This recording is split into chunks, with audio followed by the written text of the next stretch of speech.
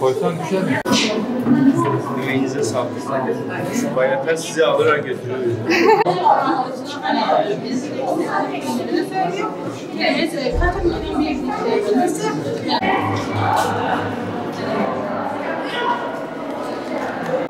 Direkt kadar yaklaştığını gösteriyor.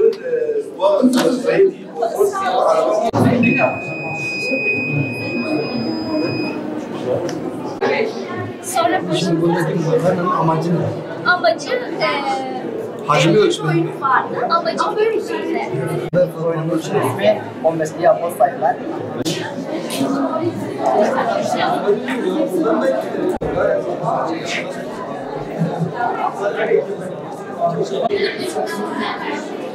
Bu yüzden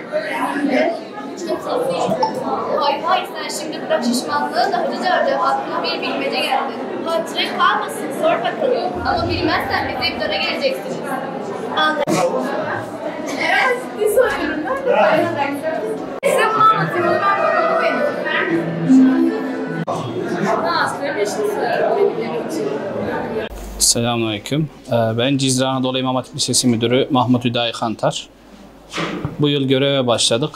Başladığımızda burası Fen ve Sosyal Bilimler Proje İmam Hatip Lisesi. Cizre'de tek proje İmam Hatip Lisesi olan okul biziz. Öğrencilerimizle sene boyunca yaptığımız etkinliklerin çalışmalarını sergi yapmak istedik. Bu sergimizde özellikle resim alanında yetenekli öğrencilerimizin yeteneklerini göstermek istedik. Filografi yaptık. Rölyef çalışmaları yaptık. Yağlı boya, guaj boya çalışmaları yaptık. Daha sonra robotik kodlama atölyemizde robotik çalışmalar yaptık. 16. MEB Uluslararası Robot Yarışması'na katıldık. O ürünlerimizi okulumuzda sergiledik.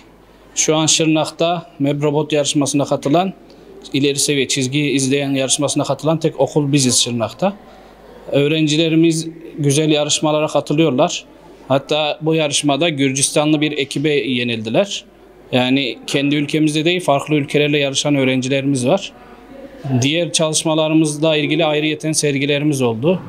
Matematik alanında eğitici çalışmalarımız oldu yukarı katta. Fen bilimleri, coğrafya, fizik, kimya ve biyoloji alanında çalışmalarımızı sergiledik. Öğrencilerimizin çalışmalar için şu anda bu yıl boyunca yaptığımız çalışmaların sergisi bu şekildedir. Daha önce biz Gazze ile ilgili sergi yapmıştık. Gazze ile ilgili çocuklarımızın çalışmaları var. Kudüs için ayrı bir bölüm ayırdık resim alanımızda.